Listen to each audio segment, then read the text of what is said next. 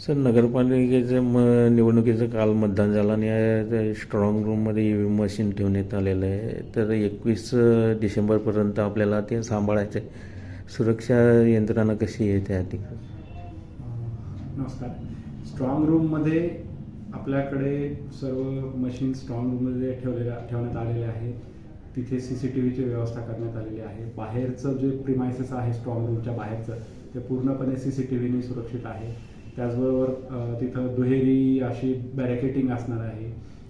Police यंत्रणा सोबत आहे आणि या ठिकाणची जी तिथं एक प्रशासनातला एक अधिकारी तिथं सातत्यानं ह्याच्यावर राहणार आहे, निगराणीवर राहणार आहे. त्याचबरोबर पोलीस प्रशासनाचा अधिकारी देखील त्या ठिकाणी राहणार आहे, PSI दर्जाचा. आणि हे सर्व तहसीलदार चोपडा यांच्या नियंत्रणाखाली राहणार आहे.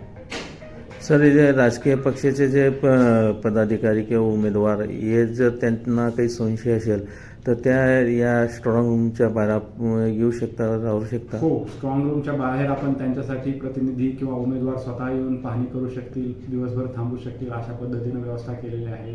त्यांना तिथे सातत्याने निगराणी करायची आहे, ते पाहू शकतात. पूर्णपणे व्यवस्था करण्यात आलेली आहे. सर, हे जे स्ट्रॉंग रूम आहे या ठिकाणी जे अधिकारी आहे यांची ड्युटी कशी लावण्यात आली? स्ट्रॉंग रूममध्ये जे शहरातील इतर सर्व ऑफिसेसचे अधिकारी तसंच नगर परिषद अधिकारी यांच्या 8-8 तासाच्या याप्रमाणे ड्युटीज लावण्यात आलेल्या आहेत आणि या ड्युटीज पूर्णपणे 20 तारखेपर्यंत आहे.